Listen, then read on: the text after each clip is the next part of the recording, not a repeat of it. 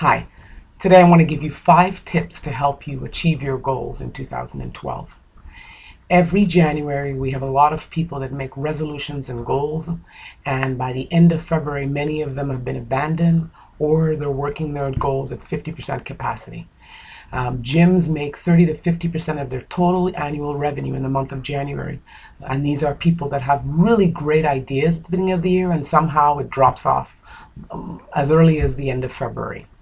So my first tip would be set SMART goals. SMART goals, SMART is an acronym for specific goals. You want measurable goals, you want attainable goals, you want relevant goals, and you want to put a time limit on those goals. So if you just say, I want to lose 40 pounds, great, but give yourself a little bit more of a SMART goal by saying, I want to lose 40 pounds by May 31st. A little bit, it's realistic, it's got a time limit on it. The second goal, the second thing to help you with your goals is revisit those goals on a regular basis.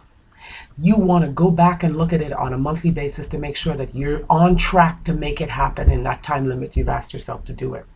Third thing, write it down. A couple of people said there were some studies done in Harvard and Yale. Actually, the study now doesn't really exist, but it's a good idea to write your goals down and keep it close to you so that you can be reminded of what you're working towards. The fourth thing, break down your goals into small bite-sized pieces. So there's an exercise I did with my sales reps every single year, and I would sit down with them in January and say, okay, how much money do you want to make this year? Because a good percentage of their pay was commissions. So we'd sit down and they'd say, let's say they said 100,000. Okay, what do you have to do to make 100,000? What do you have to sell on a monthly basis, on a quarterly basis? How many calls do you have to do? How many sales do you have to do based on your average sale price? That's a great way of breaking it down into small bite-sized pieces. Instead of saying, I want to make 100,000, you're saying, I need to make this number of sales calls per week to be able to achieve my goal. So small bite-sized pieces.